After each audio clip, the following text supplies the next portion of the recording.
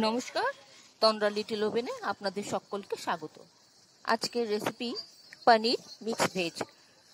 রান্নাটা করা একদম সহজ, যে কেউ পারবে করতে, আর খেতে অসাধারণ লাগে। আসুন তাহলে দেখিনি রেসিপিটা কীভাবে করতে হবে। এই রান্নাটা দিয়ে লুচি, পরোটা, রুটি, নান, ভাত, পোলাও সব কিছু দারুণ লাগে। তাহলে দেরি কিসে, রান্নাটা দেখে নিই ঝটপট। এখানে আমি কিছু জিনিস নিয়ে নিয়েছি। পনির আছে কিউব করে কাটা, আর আছে ক্যাপসিকাম কিউব করে কাটা, আর আছে আলু, বয়েলড আলু কিউব করে কাটা, আর আছে গাজর, সেও এরকম বড় বড় মোটা মোটা করে কাটা, আর কড়াইশুঁটি, পেঁয়াজ, টমেটো, আর এছাড়া একটা কাঁচা লঙ্কা আছে। আর যা যা লাগবে পরে আমি ধীরে ধীরে বলে যাব। এবার আমি এগুলো দিয়ে রান্নাটা শুরু করছি। কড়াতে রিফাইন তেল দিয়ে দিলাম 1 টেবিল স্পুনের মতন, দিয়ে আলুগুলো ভেজে নিচ্ছি। এর মধ্যে একটু নুন দিয়ে দিলাম, আর একটু নেড়েচেড়ে একটু লাল লাল করে ভেজে তুলে নেব। এই রান্নাটার মধ্যে কোনো রকম হলুদ কিন্তু পড়বে না। আলুটা এভাবে খানিকক্ষণ ভেজে নিচ্ছি। এরকম লাল হয়ে গেছে, এবার আমি তুলে নেব। তারপর ওই আরেকটু তেল দিয়েছি আমি, দিয়ে পনিরগুলো ভেজে নিচ্ছি। সেগুলোতেও একটু নুন দিয়ে ভেজে নিচ্ছি। পনির খুব বেশি ভাজবো না, পনির বেশি ভাজলে পনির ছিবড়ে হয়ে যায়, তাই হালকা একটু এপিট উপিট করে তারপর আমি তুলে নেব।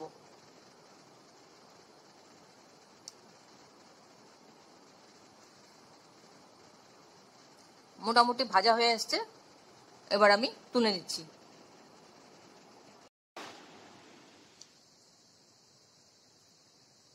এবার ওই তেলে আমি 1 টেবিল স্পুন চিনি দিয়ে দিলাম ক্যারামেলাইজ হওয়ার জন্য। চিনিটা একটু ক্যারামেলাইজ হবে, তার জন্য একটু অপেক্ষা করছি। চিনিটা যখন half caramelise brown brown colour হতে থাকবে, তখন গরম মশলাটা দিয়ে দেবো।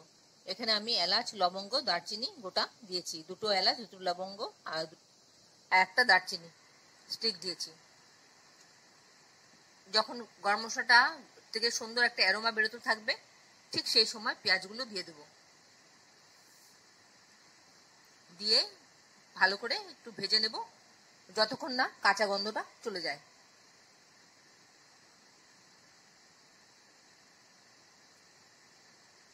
আপনারা কে কোথা থেকে আমার এই রেসিপিটা দেখছেন, প্লিজ একটু কমেন্ট বক্সে কমেন্ট করবেন, আমার তাহলে খুব ভালো লাগবে।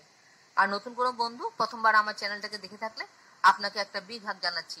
চ্যানেলটাকে সাবস্ক্রাইব করে নেওয়ার জন্য অনুরোধ রইল। পাশে বেল আইকনটা অ্যাক্টিভেট করে নেবেন, যাতে পরবর্তী আমার সমস্ত রেসিপির নোটিফিকেশন সবার আগে আপনার কাছে এসে পৌঁছয়। আর আপনি যদি ফেসবুক থেকে দেখে থাকেন, তাহলে ফলো অপশনটা ক্লিক করবেন আর একটা লাইক দিবেন, তাহলে আপনি আমার সাথে জুড়ে যাবেন। আপনি আমার সাথে জুড়ে গেলে আমার সমস্ত রেসিপির নোটিফিকেশন সবার আগে আপনার কাছে এসে পৌঁছবে। এবার দিয়ে দিলাম ক্যাপসিকামটা। ক্যাপসিকামটাও খানিকক্ষণ ভাজা ভাজা করব। ক্যাপসিকামটা থেকে খুব সুন্দর একটা অ্যারোমা যখন বেরোবে, ঠিক তখন আমি এর মধ্যে দিয়ে দেব একটু নুন, যাতে এটা নরম হয়ে যায় আর তাড়াতাড়ি গলে যায়।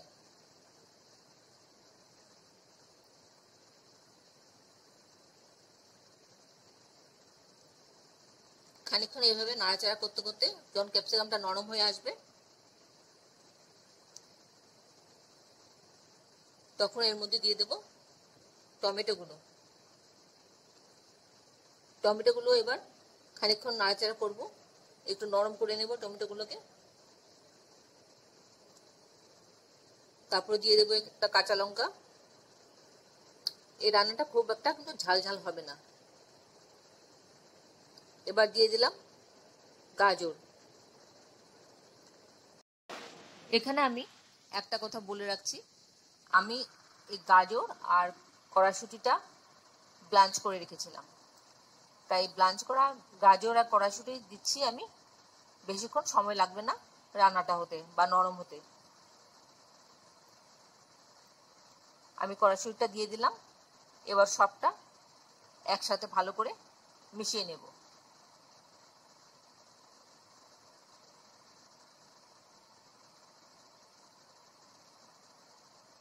ভালো করে যখন মেশানো হয়ে যাবে তখন এর মধ্যে আমি দিয়ে দেব 4 টেবিলস্পুন টক দই। এই টক দইটা আমি তাপটাকে কমিয়ে তারপর দিয়েছি, আপনারাও তাপটাকে কমিয়ে দইটা দেবেন। 4 টেবিলস্পুন আমি দই দিয়ে দিলাম। রান্নাটা কিন্তু একটুও মিষ্টি মিষ্টি হবে না চিনি দেওয়া সত্ত্বেও। এই দই এই মিষ্টিটাকে ব্যালেন্স করে দেবে। দইয়ের থেকে অনেকটা জল বেরিয়েছে।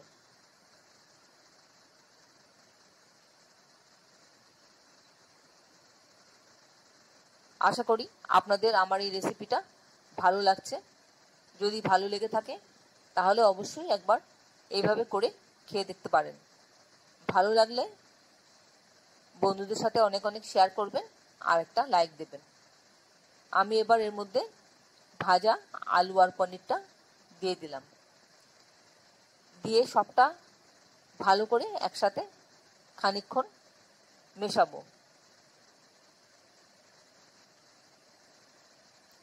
আমার রান্নাটা কিন্তু অলমোস্ট হয়ে এসেছে।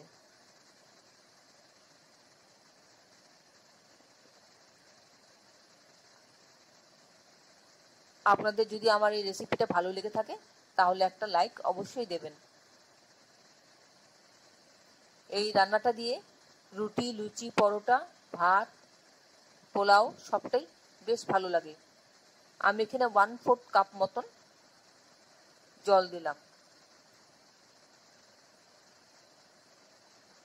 খুব সামান্য আমি জল দিয়েছি। এবার যখন ফুটে উঠবে তারপর আমি উপর থেকে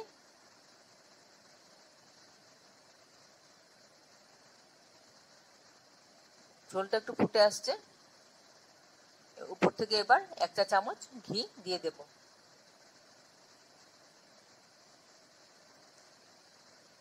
ঘিটা দিয়ে ভালো করে মিশিয়ে ঢাকা দিয়ে রাখবো।